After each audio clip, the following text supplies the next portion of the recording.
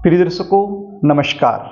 यदि आपके बच्चों की उम्र शादी के लायक हो चुकी है, आप शादी के लिए लगातार प्रयास कर रहे हो लेकिन शादी के लिए कहीं पर भी रिश्ता पक्का नहीं हो पा रहा है, आप परेशान हो गए हो, तो ये वीडियो आपके लिए है।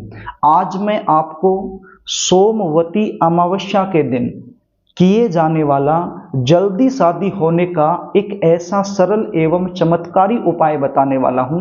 यदि ये उपाय आपने अच्छे से समझकर मेरे द्वारा बताए गए तरीके से सोमवती अमावस्या के दिन कर दिया तो विश्वास मानिए आपके बच्चों की शादी में जो भी अड़चनें आ रही हैं वो तत्काल दूर हो जाएंगी और जल्द से जल्द विवाह होने का एक शुभ योग बन जाएगा। प्रिय दर्शकों, अब की बार जो अमावस्या आ रही है वो सोमवती अमावस्या बन रही है। ये आ रही है 2 सितंबर 2024 सोमवार के दिन। तो इसी दिन ये उपाय आपने करने देना है। ये उपाय यदि बच्चे खुद करना चाहें तो खुद भी कर सकते हैं और यदि खुद नहीं कर पाते हैं तो ऐसी सिचुएशन में माता पिता अपने बच्चों की जल्दी शादी के लिए ये उपाय कर सकते हैं। प्रिय दर्शकों, कई बार सिचुएशन ये होती है कि आपके जो बच्चे हैं वो दिखने में भी सुंदर होते हैं, उनकी अच्छी खासी जॉब होती है या फिर खुद का बिजनेस होता है, अच्छा खासा पैसा कमा रहे हैं, प्रभु की कृपा से आपका बैकग्राउंड भी अच्छा हो सकता है, लेकिन फिर भी शादी में लगातार देरी बनी रहती है। इसका मुख्य कारण क्या होता है?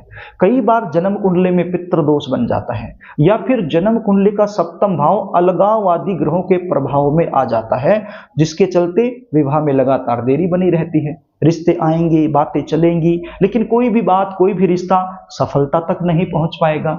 और यदि रिश्ता पक्का हो भी जाए तो बिल्कुल एंड में जाकर कोई न कोई ऐसी बात निकल कर सामने आएगी जिसके चलते रिश्ता टूट जाएगा। कभी लड़की वाले मना कर देंगे, कभी लड़के वालों की तरफ से ना हो जाएगी। देखने वाले आएंगे, देख कर चले जाएंगे, लेकिन किसी भी प्रकार का पॉजिटिव रिप्लाई सामने से आपको मिल नहीं पाएगा। कुछ ऐसे रिश्ते आएंगे जो आपके लेवल के नहीं हैं, आपको पसंद नहीं है, तो आप अपनी तरफ से मना करते रहोगे। और कोई ऐसा रिश्ता जो आपको पसंद है, आपके लेवल का है, वो रिश्ता सामने से पक्का नहीं हो पाएगा। बच्चों की उम्र लगातार निकलती जाएगी, आप परेशान हो जाओगे। तो ये सिचुएशन यदि आप लोगों के साथ बनी हुई है तो जो उपाय मैं आपको बताने वाला हूं इसको अच्छे से समझ लेना। उपाय बताऊं इससे पहले आपसे निवेदन करना चाहूंगा, यदि आप चैनल पर नए हैं और अभी तक आपने इस चैनल को सब्सक्राइब नहीं किया है तो मुझसे लगातार जुड़े रहने के लिए, विवाह से रिलेटेड शास्त्र सम्मत सटीक जानकारियां प्राप्त करने के लिए अभी इस चैनल को सब्सक्राइब कर लीजिए और बेल आइकन को भी प्रेस करके रखिए ताकि हमारी आने वाली इसी प्रकार की नई वीडियो का नोटिफिकेशन आपको मिल सके और वीडियो आप आसानी से देख पाएं। प्रिय दर्शकों, चैनल को सब्सक्राइब करना, वीडियो को लाइक करना ये निःशुल्क होता है, इसमें आपका कोई भी पैसा नहीं लगता, बिल्कुल फ्री होता है। और यदि आप सब्सक्राइब करके रख लेते हो, फायदा आपको क्या होगा, जब भी हम नई वीडियो डालेंगे वो आपको आसानी से मिल जाएंगी। और मान लीजिए ये वीडियो अभी आप देख रहे हैं, भविष्य में दोबारा से देखना चाहोगे तो आसानी से मिल जाएंगी। तो इसलिए कहता हूं चैनल को सब्सक्राइब जरूर कर लेना। प्रिय दर्शकों, अब आप उपाय सुन लीजिए, इसको ध्यान से सुन लीजिए। मैंने आपको बताया ये उपाय आपने सोमवती अमावस्या के दिन करना है। अब की बार जो अमावस्या आ रही है, भाद्रपद मास की जो अमावस्या है वो सोमवती अमावस्या है और दोपहर से पहले पहले करना है, यानी कि सुबह में जितना जल्दी आप करोगे उतना आपके लिए श्रेष्ठ होने वाला है। तो ये उपाय कैसे करना है, क्या सामग्री आपके पास होनी चाहिए वो मैं आपको बता देता हूं। आपने सुबह जल्दी उठना है, स्नान आदि से निवृत्त होकर के साफ सुथरे धुले हुए वस्त्र आपने पहन लेने हैं। एक स्टील का लोटा लेना है। क्या लेना है? एक स्टील का लोटा लेना है। स्टील के लोटे में सबसे पहले आपने थोड़ा सा गंगा जल डाल लेना है, उसके बाद उसको शुद्ध जल से भर लेना है। उसके बाद इसमें थोड़ा सा कच्चा दूध आपने डाल लेना है, एक चुटकी हल्दी आपने इसमें डाल लेनी है, एक चुटकी काले तिल इसमें आपने डाल लेने हैं, एक गुड़ का छोटा सा टुकड़ा भी आपने इसमें डाल लेना है। तो ये सारी चीजें डाल करके आप तैयार कर लीजिए इसको। और क्या चाहिए? आपके पास 7 पतासे होने चाहिए। क्या होना चाहिए? 7 पतासे। ये पतासे क्या होते हैं? मैंने स्क्रीन पर फोटो दिखाया है, आप इसको देख लीजिए। 7 पतासे आपके पास होने चाहिए और पनीर के 7 टुकड़े भी आपके पास होने चाहिए। पनीर क्या होता है? मटर पनीर हम सब्जी खाते हैं, उसी पनीर की मैं बात कर रहा हूं, स्क्रीन पर आप देख लीजिए। तो इस पनीर के 7 छोटे छोटे टुकड़े आप ले लीजिए। और क्या चाहिए? सफेद रंग के 7 फूल आपके पास होने चाहिए। यदि सफेद रंग के नहीं मिलते हैं प्रयास करने के बाद, तो फिर पीले रंग के फूल भी आप ले सकते हो। और क्या चाहिए? कच्चा सूत आपके पास होना चाहिए। ये कच्चा सूत क्या होता है? स्क्रीन पर देख लीजिए फोटो। आपके आसपास कोई भी ऐसी दुकान जहां से पूजा का सामान मिलता है तो वहां से आपको आसानी से मिल जाएगा, तो आप ले आइए।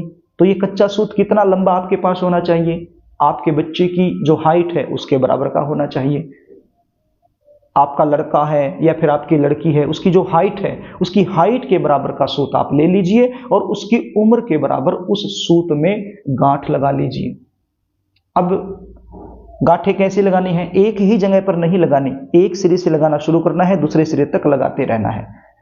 सपोज कीजिए आपका बच्चा 28 साल का हो चुका है, 29वें साल में चला हुआ है, तो कितनी गांठ लगानी पड़ेंगी? 29 गांठ लगानी पड़ेंगी।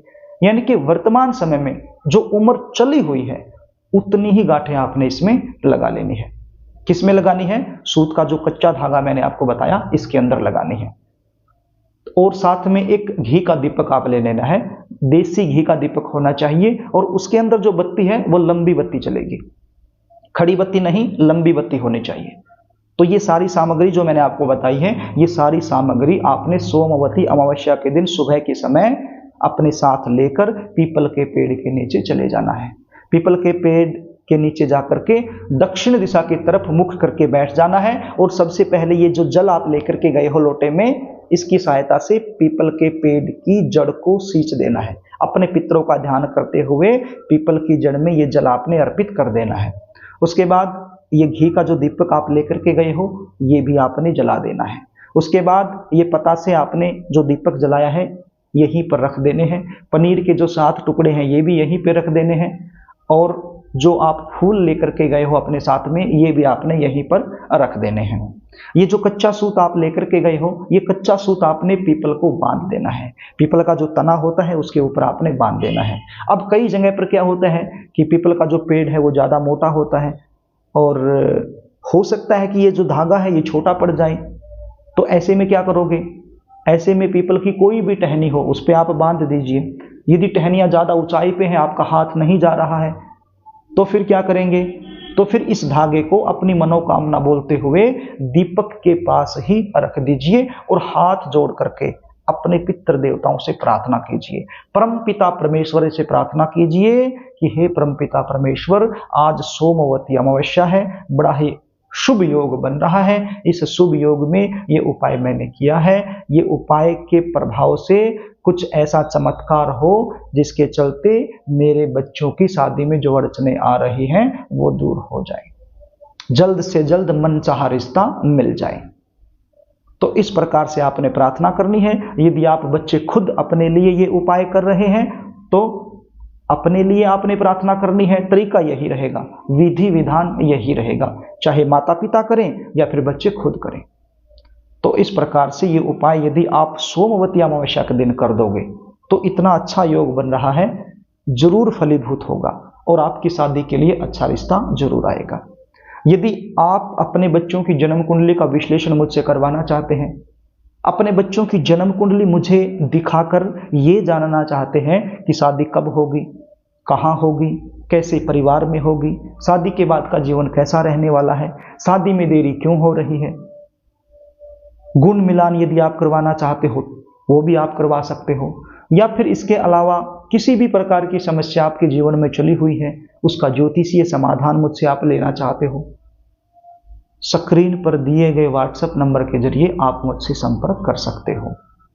स्क्रीन पर दिए गए व्हाट्सएप नंबर पर आप अपनी जन्म डिटेल लिखकर मेरे पास भेज सकते हो और जन्म कुंडली का साइंटिफिक तरीके से सटीक विश्लेषण मुझसे करवा सकते हो।